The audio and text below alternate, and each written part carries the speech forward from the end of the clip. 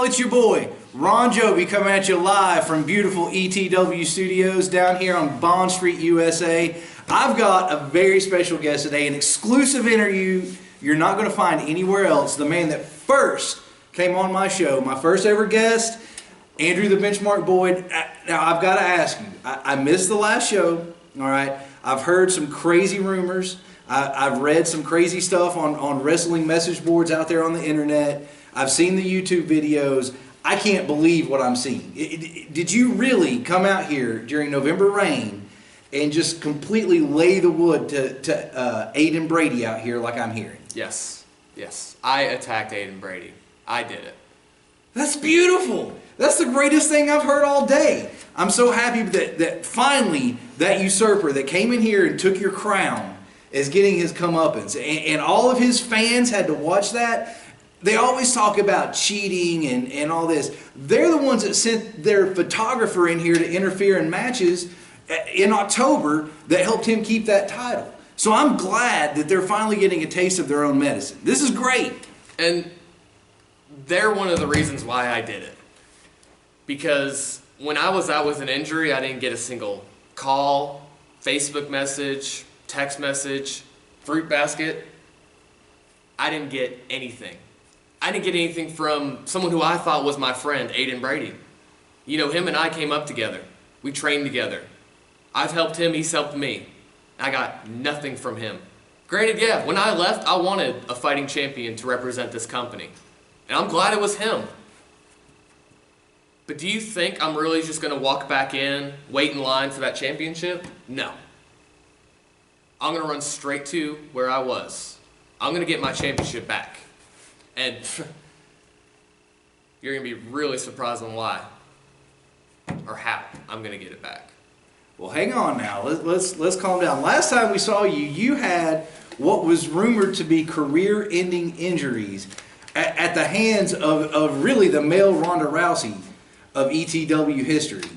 And we thought you were done for. You were gone. And now all of a sudden you're back. I mean, is it really fair for you to go straight back to the top? Ron, I've never lost to ETW. I have one loss from a disqualification. I have never been pinned. Now, hang on. Now, you can go back and check the tapes. I've always been the biggest Benchmark fan there was here, okay? I even was trying to go to your barbecues and you called the cops on me.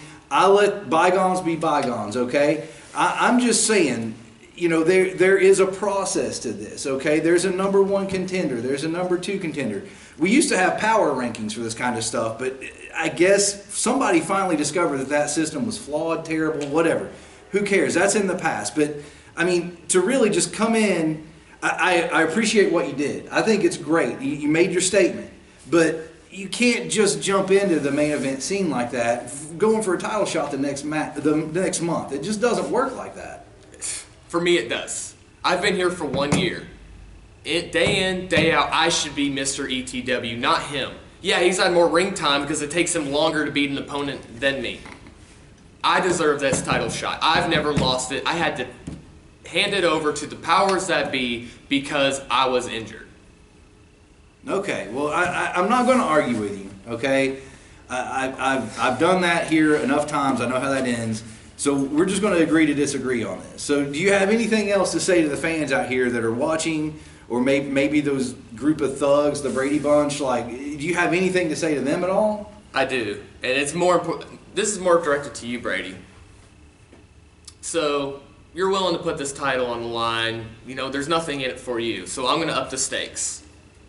You put the title on the line. I pin you.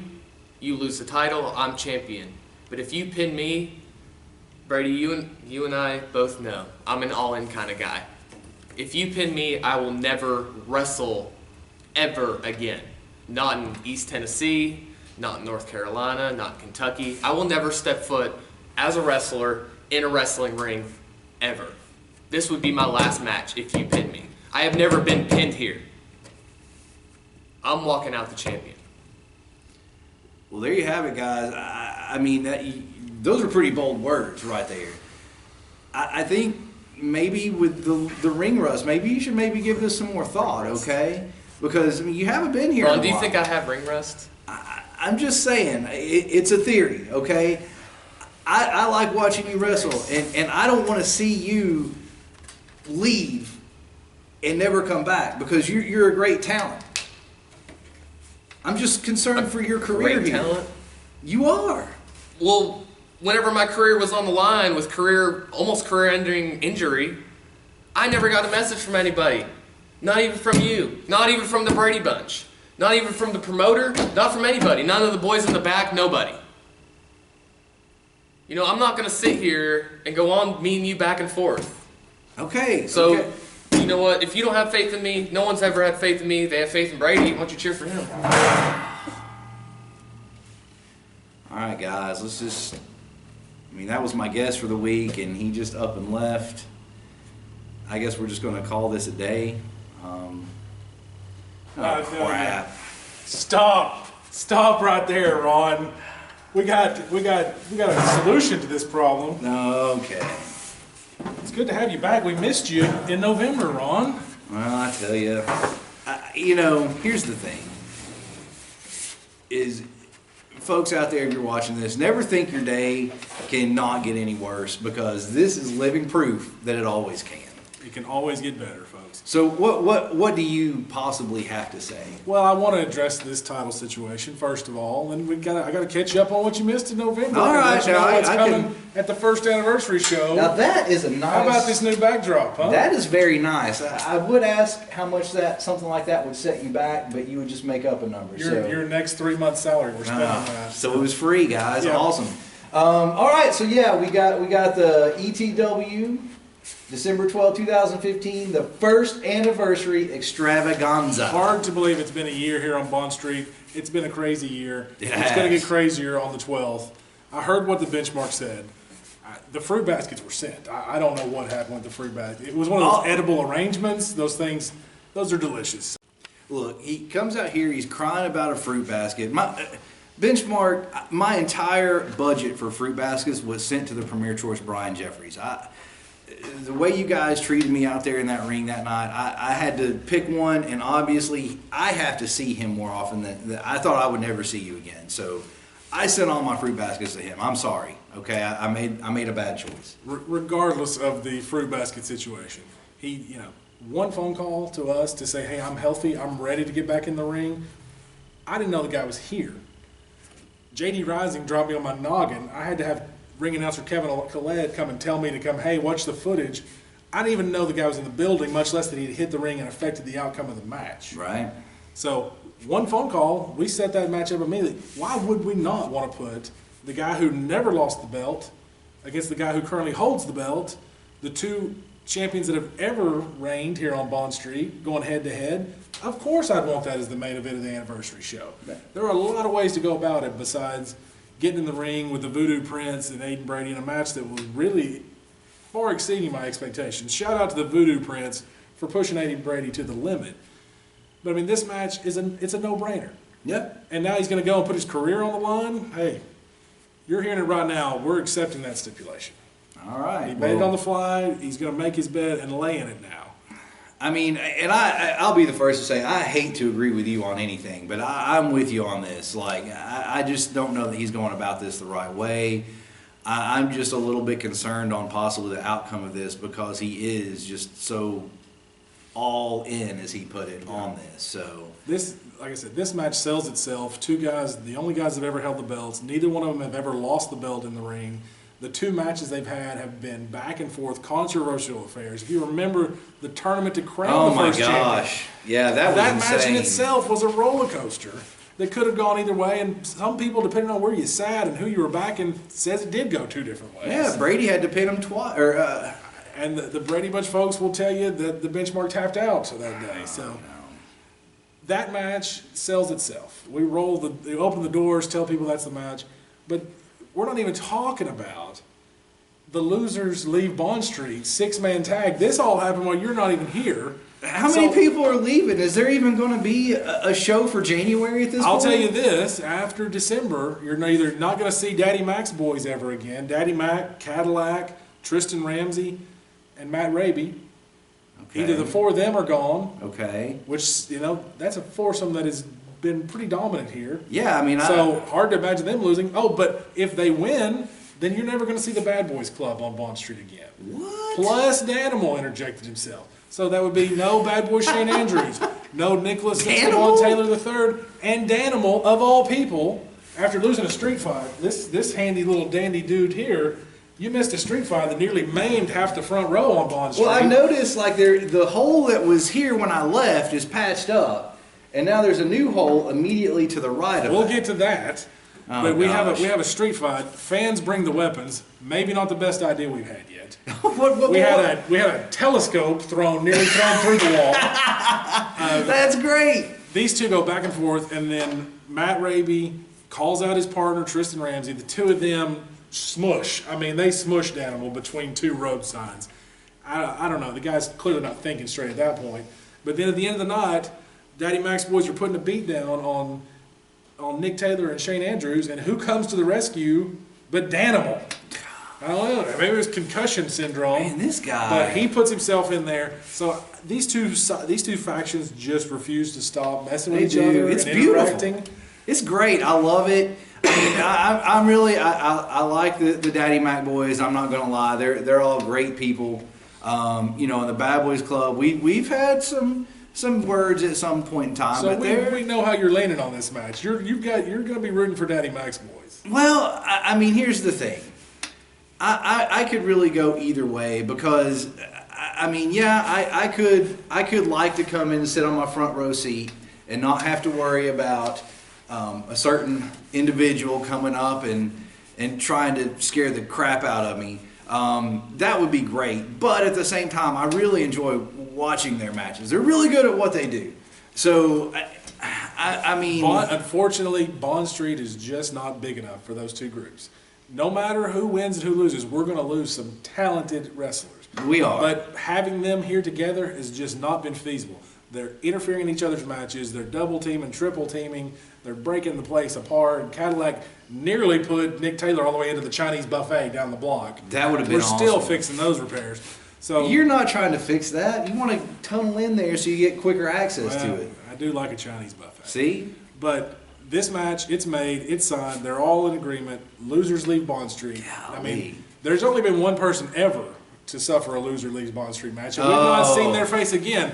We're going to add 3 to 4 more names to the list of people that the doormen are going to be looking and saying, you're on the list, you're not coming back on Bond Street.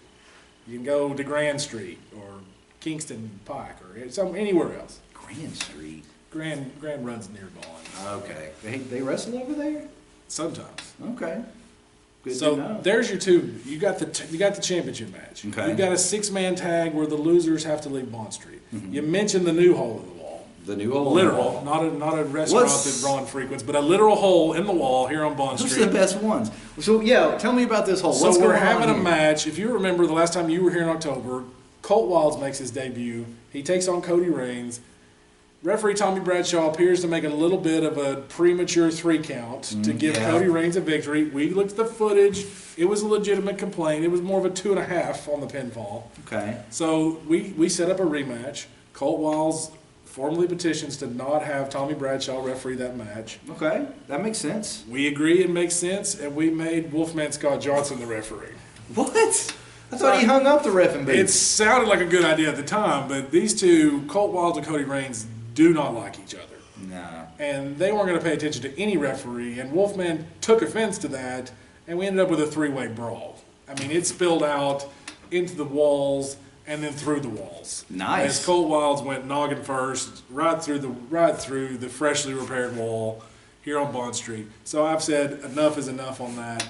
We're going to have another first of its kind match. So it's our specialty around here. I've never heard of this anywhere else. Okay. Maybe some strange let's hear it. Japanese basement match or something. But we're going to have 3 men in the ring, and it's a 3-way I quit match. 3-way I quit match. Yeah, and just to make it clear, only one person has to say I quit, and whoever forces the I quit out of that one person Is the winner. is the winner. Okay, I can follow that. So that's pretty crazy. I mean, obviously somebody besides you came up with this. I'm guessing maybe Cap came up with that, or possibly maybe even Jody Reigns, is that his name? It may have been. We did have our meeting at Shoney's, as you know, and the Lady Wig was there. And the Lady Wig had several really interesting ideas, and the three-way I Quit match may or may not have been one of those ideas. You know what? I just put 2 and 2 together here because the last person I saw with my mullet was the benchmark, Andrew Boyd.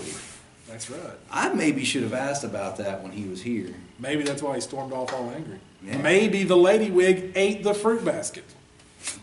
It's all coming together, Ron. There we go. It's starting to make sense. So It's okay. all coming together. So here's the thing. You've broke down a lot of the matches that happened in November Rain, and I hate to be the example for you guys, but I am living proof. You do not want to miss a single show here. That's ever. Just like I said, you don't want to get involved in any kind of stuff going on in the ring as a fan. I made that mistake. I was hoping you guys would learn from that. Obviously, some of you didn't. Never miss a show because you never know what is going to happen. You know what else you missed, Ron? What? I missed something else? You missed something else, and this plays into the December show right here. You missed that gigantic piece of man, Billy Bob Youngblood, power bombing JD Rising nearly through the ring floor. Wait. It was incredible. We had a tag match, Billy Bob Youngblood teaming with Hairband to take on Team Born This Way with JD Rising and the smelly guy. And Billy Bob Youngblood powerbombed him. I mean, it's like he was falling from the sky. JD, you could have counted to 100 on that pinfall. But JD, being the fighting man that he is, he comes back the next day and calls out Billy Bob Youngblood for a singles match at the December show. Oh, wow. So okay. We're going to make that match happen for him. And because Team Born This Way, they introduced a new member, you missed the debut of Aaliyah Patrick. I mean, the stuff you missed, it's endless. You It's can't crazy. miss one show here. So just to make sure everything's on the up and up, that match needs a special enforcer at ringside. Oh. That's where you come in, right? Man, has Lady Wig been talking to you too? That was supposed to be a big secret. Yes, that's where I come in. JD Rising thinks at the end of the night he can drop me on my noggin during the main event and I missed the benchmark I'm sure. return. Look, I didn't see it, but I'm sure that was an accident. He didn't mean to do that. Oh I'm yeah, sure. he accidentally jumped off the champion's back and dropped me on my face. I don't think so. So I will be the impartial, completely calling it down the middle. There will be a referee in the ring. I'm just there at ringside to make sure that Smelly Mark Kegley and Aaliyah Patrick don't interfere in that match. They wouldn't do that kind of stuff. Or any other. Who knows? This group is so fluid, and I don't know how the dynamics work in Team Born This Way, but I'm going to be at ringside to make sure that Billy Bob Youngblood is not impacted by that. Right. Well, and that's another thing. This Team Born This Way, like, talk about just staying with the times. They're able to lose one person over here, bring one person in. It's nebulous. It's great. I mean, that takes talent right there. There's a lot of people that think you're somehow still pulling the strings behind this group. I mean, it would take a genius to pull that kind of stuff off. Who am I to argue? Lady Wig's behind it. There's no Lady Wig. Okay, so we talked about some matches that I missed. We talked about some matches that are coming up. What else do we have to talk about today in preparation for the first anniversary extravaganza? Amazingly, it's been 1 year, folks. Incredible. We started on December 13th of 2014. We're right here 365 days later. This is going to be the biggest show by far we've done yet. We're going to have door prizes. We're having giveaways. We may have Ron sing Christmas carols on Jovi's hits. I mean, you got to be here for this one. The doors are going to open 15 minutes earlier at 6:15. Get in, get your door prizes, take care of business. You're going to see the two people that have ever held the ETW Championship go head-to-head. You're going to see 6 guys fighting for their lives here on Bond Street. Whoever, I'm telling you, we're enforcing this. Whoever loses that match will not be back on Bond Street after that fact. We've got JD against Billy Bob Youngblood. We've got the 3-way I Quit match that no one's ever seen before. No. We've got Mark Kegley's going to be in action. We've got David the Dragon is making a comeback here on Bond Street. The Dragon! He's got Jay Stevenson. I mean, we've got so many guys. We can't even talk Stevenson. about it all. Is that guy that's eating all the crab cakes all the time? I'm not sure. I've never heard of this guy. I don't know where you found him, but okay, we'll go with that. So, all right, so we got an awesome show coming up. You guys do not want to miss it. I might even throw in some Mullet Club shirts for the door prizes. Who knows? Wow, done. That would mean like 4 people have those shirts out there. I'm going to be a phenomenon. So anyway, get your butts down here. December 12th for the 1-year anniversary extravaganza. You do not want to miss it. Prices are still the same. We got the $7, $3 for the kids, and everybody that's a little kid is free. Y'all take it easy.